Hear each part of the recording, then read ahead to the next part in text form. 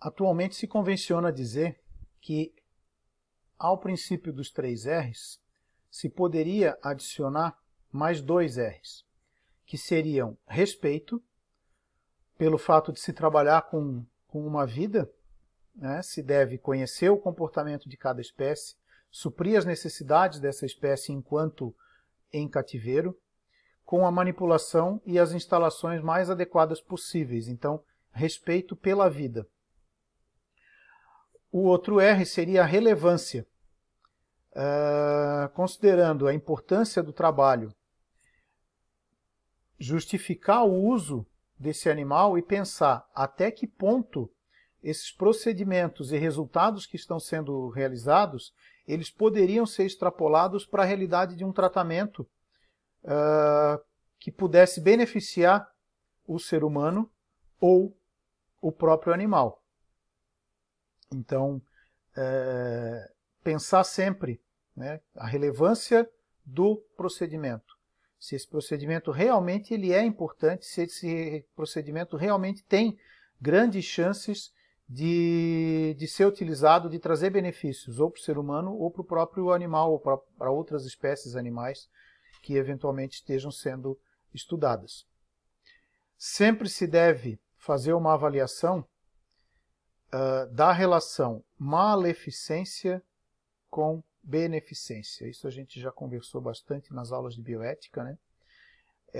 Isso aqui é fundamental quando se pensa em animais de laboratório. A beneficência para quem vai ser beneficiado pelo estudo e a não maleficência ao animal que está sendo utilizado nesse estudo. Isso é fundamental.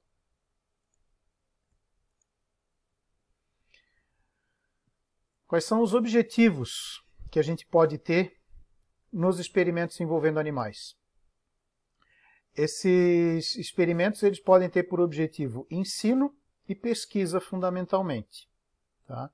Quando o objetivo é o ensino, eles são considerados fundamentais para o treinamento e qualificação de profissionais que vão trabalhar no futuro em alguma área da ciência. No caso, nós, médicos veterinários, a gente, infelizmente, durante o período que a gente estiver estudando, a gente vai ter que fazer uso de animais, de experimentação animal, para que a gente possa galgar uma plena formação. Além disso, os experimentos são usados também com a finalidade de pesquisa. E aí a gente tem alguns aspectos que a gente tem que analisar em relação à pesquisa, né? Os avanços da ciência, eles ocorreram graças ao uso de animais em experimentos. Então a gente pensar que a gente não pode utilizar animais nos experimentos é uma coisa bem complicada. A gente tem que pensar na minimização, no uso dos 3 R's como ferramenta para melhorar a condição de uso desses animais. Porque, por exemplo, o aumento da longevidade da população em todo o mundo, ele só se conseguiu através dos experimentos em pesquisa, do uso de animais em experimentos. Antigamente, no século passado, no começo do século passado, a expectativa de vida do ser humano não passava dos 50 anos. Hoje a expectativa de vida, dependendo do país, passa de 80. Tudo isso graças a experimentos, entre outras coisas, obviamente, a experimentos que foram utilizados animais, no desenvolvimento de drogas, na melhora da alimentação dos seres humanos, uma série de fatores. Mais de 6 mil medicamentos são utilizados em hospitais e em farmácias no Brasil porque houve experimento com animais. Se não tivesse havido experimento com animais, muitos desses medicamentos que a gente utiliza hoje em dia não estariam nas prateleiras beneficiando a saúde de milhares de pessoas.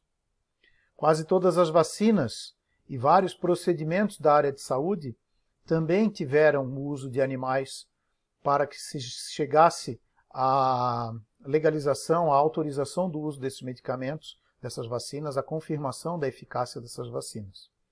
estudos de toxicidade de diversas substâncias, sejam elas medicamentos ou alimentos ou uma série de produtos que se faz estudo de toxicidade também utilizando animais. E os experimentos de pesquisa, eles não beneficiam apenas os seres humanos, eles também vão beneficiar os animais. Um exemplo que a gente cita nesse caso, o desenvolvimento da vacina da leishmaniose.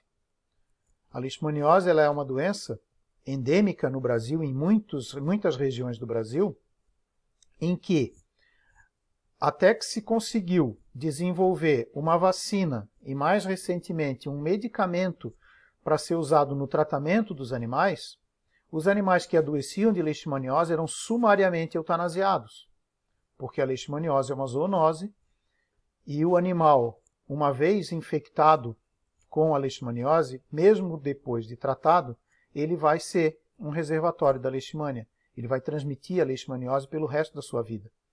Então, antigamente se convencionava eutanasiar o animal. Fez o diagnóstico da leishmaniose, eutanásia nele.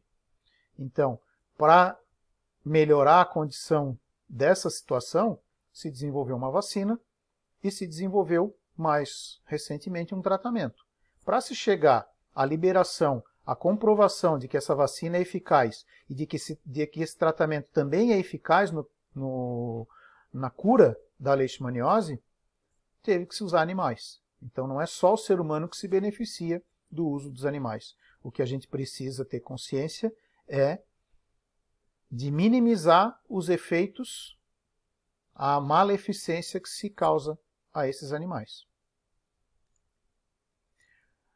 Normas gerais para a utilização dos animais em procedimentos pedagógicos. Aqui falando de pedagógicos, de ensino. Tá? Deve-se definir os objetivos de cada aula prática. Deve-se ter uma justificativa para o uso de animais nessa aula prática. Deve-se definir quantos alunos vão participar da aula. O grupo de alunos, quantos vão ser em grupo por animal estudado. E o tipo de participação que esses alunos vão ter. Eles vão apenas visualizar o experimento? Eles vão ter uma participação ativa, ajudando na execução do experimento? Eles vão, eles mesmos, executar o experimento? Tudo isso tem que ser analisado, tem que se ter definido antes da utilização do animal. A origem desses animais, os cuidados sanitários que se teve com eles, o manejo que se vai ter com esses animais, o tipo de alimentação que eles recebem e uma série de outros fatores devem ser avaliados. Deve haver uma descrição breve dos procedimentos que vão ser realizados, principalmente aqueles procedimentos invasivos, o pré e o pós-operatório desses animais, quando for o caso de cirurgia, né? O que vai ser usado no pré-operatório, principalmente em relação à analgesia. Pós-operatório, a analgesia vai ser feita como? Esses animais vão ser mantidos onde? Quem vai ser responsável por tratar desses animais no pós-operatório? Protocolos pré-anestésicos e de anestesia que vão ser utilizados durante a aula prática no caso do animal ser anestesiado. Tem que ser analisado qual é o protocolo, a dose dos medicamentos que vão ser utilizadas, quem vai aplicar essa medicação, quem vai ser responsável por fazer essa anestesia. Método de eutanásia e destino dos animais eutanasiados e não eutanasiados, ou seja, se o animal for eutanasiado depois do estudo, qual método de eutanásia vai ser utilizado? Qual vai ser o destino desses animais depois de eutanasiados? Eles vão ser levados para onde?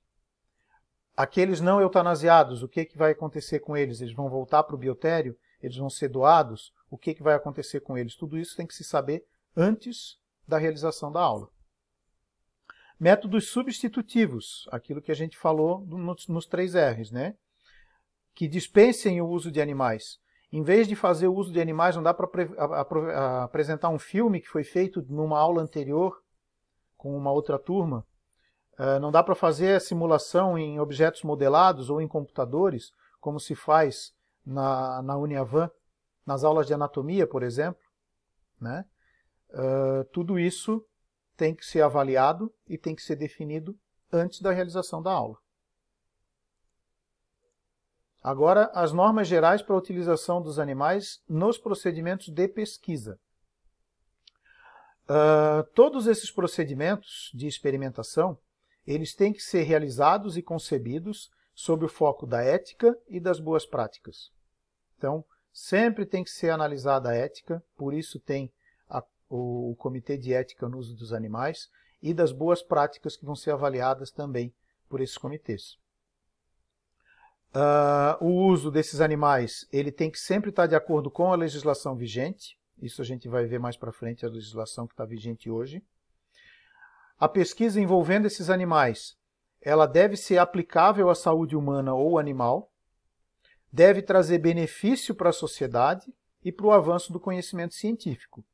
Uma pesquisa simplesmente por fazer uma pesquisa, sem ter ideia do que se quer, não é concebível. As condições de vida desses animais, elas devem ser seguras e confortáveis, tanto antes, durante, como depois do experimento. Isso tudo tem que ser avaliado e tem que ser levado em consideração antes de se deliberar com relação a esse projeto de pesquisa. Esses animais devem ter acesso a cuidados veterinários, no caso de necessidade, então sempre tem que ter um médico veterinário à disposição desses animais, tanto no momento da pesquisa, como aqueles animais que estão simplesmente sendo mantidos no biotério para serem utilizados posteriormente. Tá? Então, sempre que for necessário, tem que ter um médico veterinário disponível. Procedimentos alternativos, novamente o princípio dos 3 R's, que possam substituir parcial ou completamente o uso de animais. Como a gente já viu ali, modelos matemáticos, simulações em computador, sistemas biológicos in vitro, sempre que possível devem ser utilizados. Os animais eles têm que ser selecionados de forma a se utilizar a espécie e linhagem mais adequadas àquele estudo. Então, tem que se analisar qual vai ser a espécie mais indicada, para não se chegar à conclusão durante o tempo da pesquisa que deveria ser utilizada uma outra espécie, e aí começa tudo de novo, perde-se tudo que já tinha sido feito. Então, esses animais têm que ser selecionados com muito cuidado para definir qual a espécie que vai ser utilizada. Os delineamentos experimentais devem ser elaborados com o objetivo de reduzir o número de animais utilizados nos protocolos também, né? Não só a escolha da espécie, mas também a quantidade de animais que vão ser utilizadas, sempre lembrando que o mínimo de animais deve ser utilizado nessas pesquisas. As etapas que vão usar o animal na experimentação, elas têm que ser sempre pensadas e planejadas para que o desconforto ou a dor que eventualmente sejam ocasionados seja o mínimo possível. E os procedimentos cirúrgicos, eles sempre devem ser realizados levando em conta técnicas de antisepsia e asepsia e o uso correto de sedativos, anestésicos e analgésicos. Antisepsia seria a preparação do cirurgião, eventualmente, né? A antisepsia das mãos, a antisepsia dos braços, a antisepsia de toda a equipe. E a asepsia seria do campo operatório, da região do animal que vai ser manipulada. O uso de agentes paralisantes musculares deve ser evitado. Agentes paralisantes musculares são aqueles medicamentos que apenas promovem relaxamento muscular, não promovem analgesia nem sedação. Então o animal está consciente, ele está sentindo, mas ele não consegue se movimentar.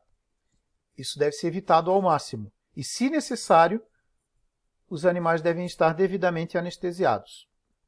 Animais submetidos a dor ou desconforto crônico, que não podem ser aliviados em função do método de estudo, eles devem ser sacrificados o quanto antes, sempre utilizando procedimentos indolores ou que causem o menor sofrimento possível.